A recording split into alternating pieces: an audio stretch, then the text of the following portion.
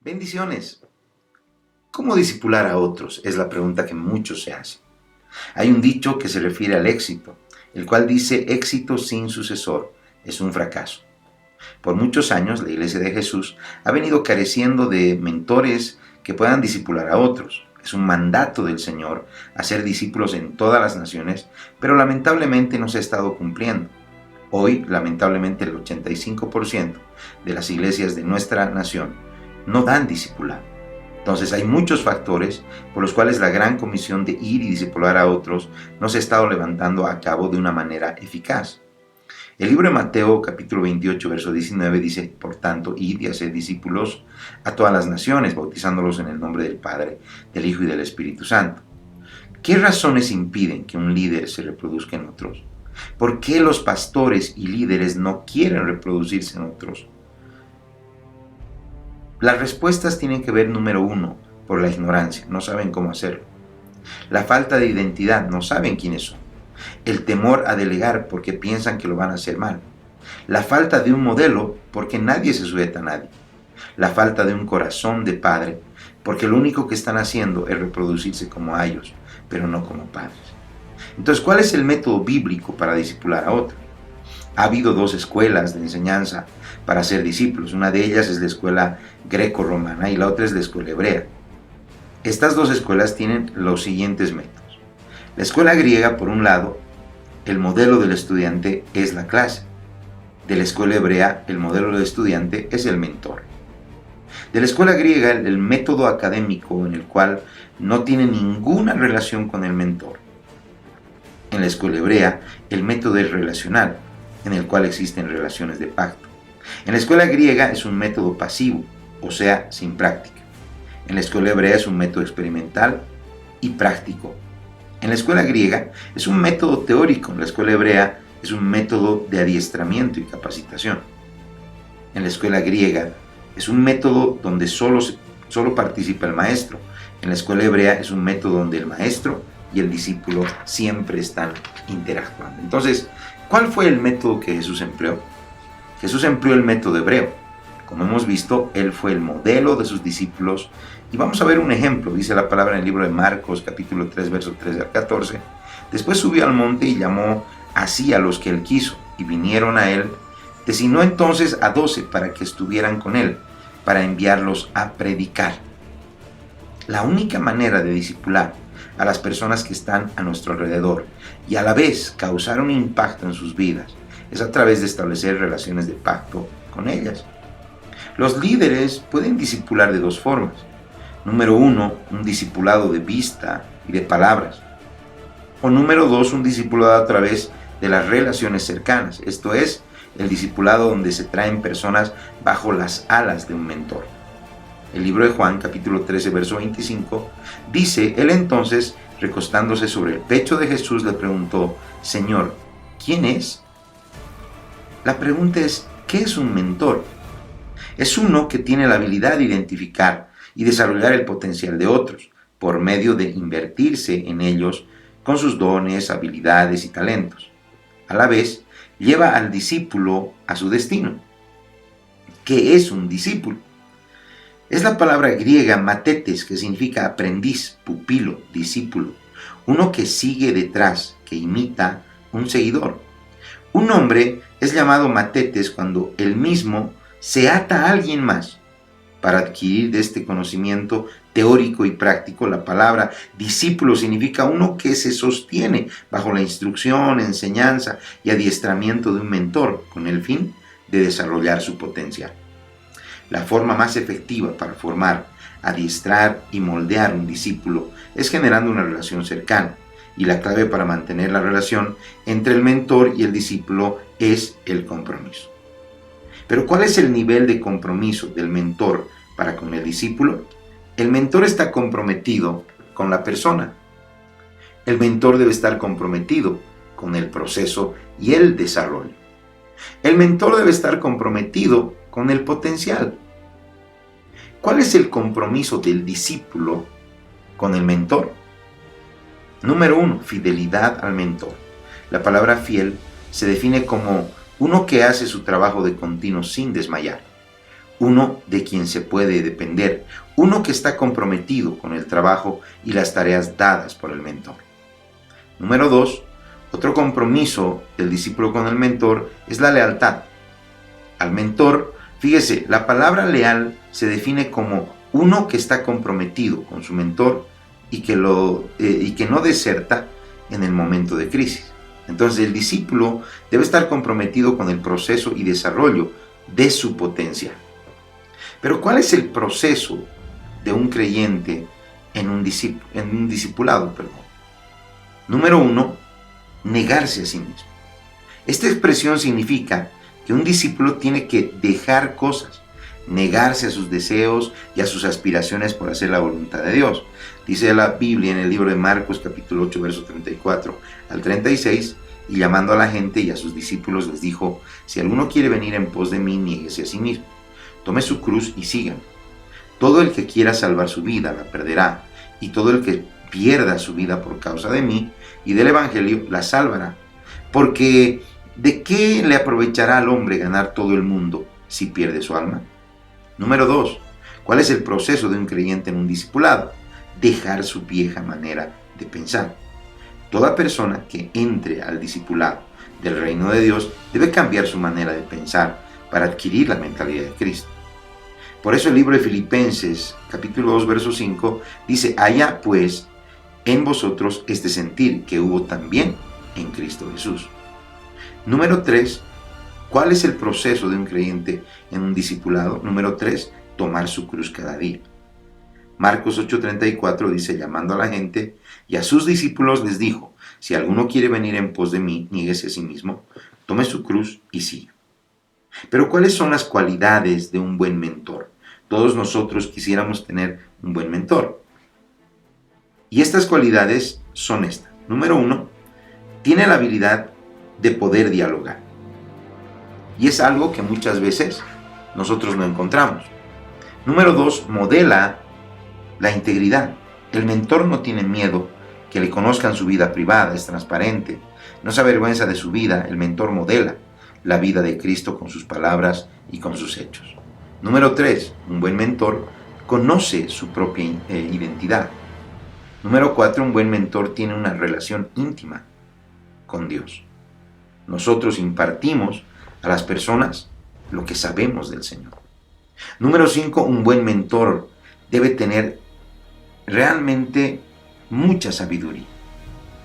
Dice la palabra en Proverbios capítulo 8, verso 13: el temor de Jehová es aborrecer el mal. Yo aborrezco la soberbia, la arrogancia y el mal camino y la boca perversa. ¿Qué es la sabiduría?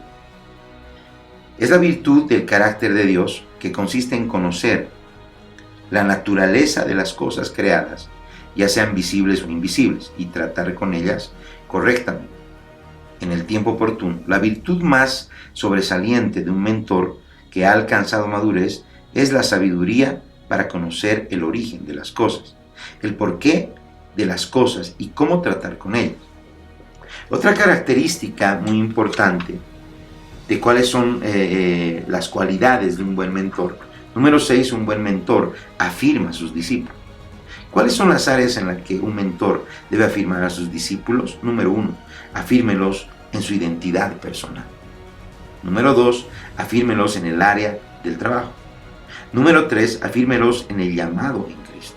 Algunos de los discípulos necesitan oír de su mentor afirmaciones y que les digan cuál es su llamado en Cristo para tener confianza en lo que están haciendo. Número 7, un buen mentor debe estar creciendo espiritualmente en todo momento. ¿Cómo podemos discipular a otras personas? Para aprender a discipular a otros, vamos a tomar como referencia el método que usó Jesús con sus 12 discípulos. Él es el perfecto mentor. Por tanto, ¿cómo lo hacía? ¿Cómo discipulaba a Jesús? Número 1, Jesús les enseñaba. En otras palabras, les traía revelación. Dice la palabra en Mateo capítulo 5, verso 1 al 2, viendo la multitud, subió al monte y se sentó. Se le acercaron sus discípulos, y él, abriendo su boca, les enseñaba diciendo. Fíjese, Jesús les demostraba lo que enseñaba. ¿Qué quiere decir? Hacía una demostración, les traía una demostración visible de lo que él enseñaba. Mateo 14, 26 al 27 dice: los discípulos, viéndolo andar sobre el mar, se turbaron diciendo: un fantasma, y gritaron de miedo. Pero enseguida Jesús les habló diciendo: tened ánimo, soy yo, no temáis. Número 2, Jesús impartía lo que él tenía. En otras palabras, él desataba la impartición. Jesús, por medio de la imposición de manos o por medio de la palabra hablada, les impartía de lo que él tenía, les impartía o les daba la unción y el poder que fluían a través de él. Número 3, Jesús activaba a sus discípulos. Es la activación. Por lo cual te aconsejo, dice 2 Timoteo 1:6, que avives el fuego del don de Dios que está en ti por la imposición de mis manos. Este es un ejemplo de cómo el apóstol Pablo aprendió de Jesús a activar y avivar los dones de los discípulos. La pregunta es, ¿qué es una activación? La activación es retar a los discípulos a vivir y caminar en una verdad que se les ha enseñado y hacerles saber que ellos pueden recibir la gracia para actuar y vivir de esa verdad. Y finalmente, número 4, ¿cómo discipulaba a Jesucristo? Jesús los enviaba para multiplicarse. Marcos 6:7 dice: después llamó a los 12 y comenzó a enviarlos de 2 en 2 y les dio autoridad sobre los espíritus inmundos. ¿Cuáles son los pasos para identificar los discípulos potenciales? Fíjese. Número 1, lo primero que hizo Jesucristo para identificar a sus discípulos fue orar. Por eso 2 Timoteo 2:2 dice: lo que has oído de mí ante muchos testigos, esto encarga a hombres fieles que sean idóneos para enseñar también a otros. En otras palabras, tenemos que orar por esos hombres fieles e idóneos. Lucas capítulo 6, verso 12 al 13 dice: en aquellos días, él fue al monte a orar y pasó la noche orando a Dios. Cuando llegó del día, llamó a sus discípulos y escogió a 12 de ellos, a los cuales también llamó apóstoles. Entonces, ¿cuáles son las características que debe tener un discípulo potencial para ser escogido y adiestrado? La persona escogida para ser discipulado, número 1, debe ser fiel. Número 2, debe estar disponible. Estar disponible es renunciar a mi agenda personal y vivir bajo la agenda de Dios. Algunos pueden llenar todos los requisitos como persona, pero no disponen de tiempo para cumplir con todo lo que se necesita en un discipulado. Número 3, otra característica que debe tener un discípulo potencial para ser escogido y adiestrado: tener un espíritu enseñable. Le será difícil a un mentor discipular a alguien que cuestione en cada momento y además que discuta todo lo que se le enseña. Número 4, tener hambre por crecer. Es un punto tan importante, ya que si el discípulo no tiene deseos de crecer, no recibirá las enseñanzas con gozo y como resultado no podrá ir a otro nivel. Número 5, tener dones potenciales. El discípulo debe tener dones potenciales que se vean claramente y que se puedan desarrollar en el liderazgo. ¿Cómo empezamos a discipular? Fíjese. Mientras que usted toma la iniciativa y ora al Señor para que le dé personas correctas, hay unos pasos que debe seguir. Estos son: número 1, reunirse con los discípulos y establecer la visión. Número 2, seleccionar y determinar la cantidad de discípulos. Número 3, difundir la visión de multiplicación. Número 5, pedir compromiso al discípulo. Número 5 reunirse las veces que sea posible. Número 6, cada vez que se les enseña algo, active a sus discípulos. Número 7, debe poner metas y un tiempo por discipulado. Evalúe a los discípulos, pónganles metas y hágales saber el tiempo de duración que tendrá el discipulado. Por ejemplo, el discipulado que muchas veces nosotros damos, ¿no es cierto?, es de 2 a 3 años. Número 8, envíelos. La meta final de hacer discípulos no es mantenerlos con nosotros dentro de la iglesia, sino enviarlos para que se multipliquen en otros. Entonces Marcos 3:14 dice: designó entonces a 12 para que estuvieran con él, para enviarlos a predicar. ¿Qué debemos enseñar a los discípulos? Número 1, fundamentos cristianos. Una de las razones por las cuales las personas no continúan el discipulado es por la clase de fundamento que tienen. Entonces tenemos que hablarles, ¿no es cierto?, de los fundamentos cristianos, del carisma, el carácter, el liderazgo, la liberación, la vida devocional, la familia, el evangelismo, las relaciones de pacto. Esto es importante. ¿Por qué? Porque un pacto, ¿no es cierto? El pacto con Dios tiene que hacerlo usted mismo, su familia, la iglesia. El reino de Dios se establece por medio de relaciones cercanas. Este tipo de relaciones tiene las dos direcciones, la vertical con Dios y la horizontal con los hombres. Por eso el libro de 2 Timoteo 2:15 dice: procura con diligencia presentarte a Dios aprobado, como obrero que no tiene de qué avergonzarse y que usa bien la palabra de verdad. Haciendo un pequeño resumen, todos nosotros necesitamos establecer liderazgo, todos nosotros necesitamos establecer discípulos. Pero algo tan importante es discipular como Jesucristo discipulaba. Jesús les traía revelación, hacía la demostración, les impartía, les activaba, les movilizaba y finalmente crecía la iglesia. Amén. Así que esta es una buena manera de saber cómo tenemos que iniciar nuestros discipulados y que Dios le bendiga.